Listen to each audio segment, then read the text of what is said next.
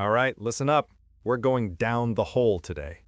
Today is March 25th, 2026, and something just happened in the Linux world that, honestly, I didn't think I'd see in my lifetime. Windows games running faster on Linux than on Windows itself. Not a typo, not a fever dream. Real benchmarks. 678% faster in one case. The story starts with a piece of software called Wine, which stands for Wine is not an emulator. And yes, that's a bit recursive. Wine has been around since the early 90s. Its job? Translate Windows API calls so they run on Linux. No Windows license required. For years, Wine was fine. You could run older games, some productivity apps, but modern titles? Multi-threaded AAA games? Wine would choke. The reason came down to something buried deep in the guts of how Windows handles threads. Here's the weird thing that almost nobody was talking about.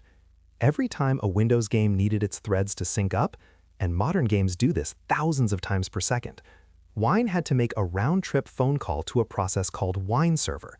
Think of Wine Server as a middleman who handles all the coordination. Sounds harmless. But when you're making 10,000 phone calls per second, that middleman becomes a bottleneck. The Linux gaming community patched around this for years. First there was eSync in 2018, then fsync. Clever workarounds, but workarounds nonetheless. Neither ever made it into the mainline Linux kernel. You needed custom patches, custom distros, custom everything. Enter NTSYNC. And here's where the story gets wild.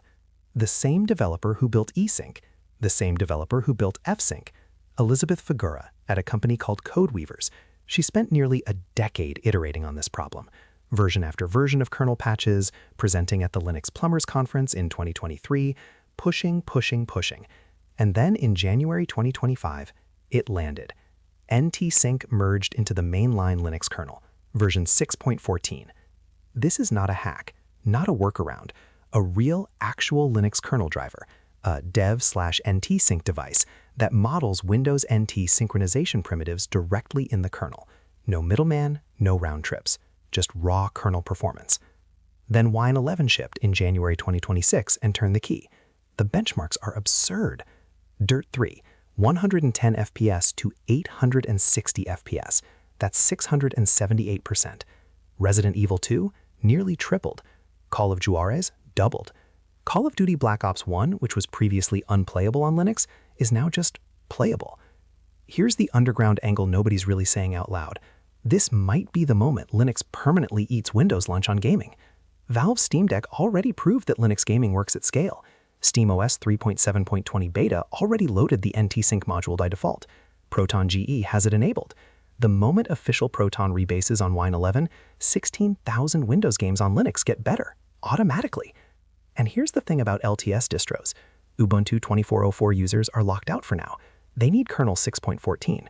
But rolling release users on Arch, Fedora 42, they have it today. Ubuntu 25.04 gets it in April. 30 years of Windows gaming lock-in.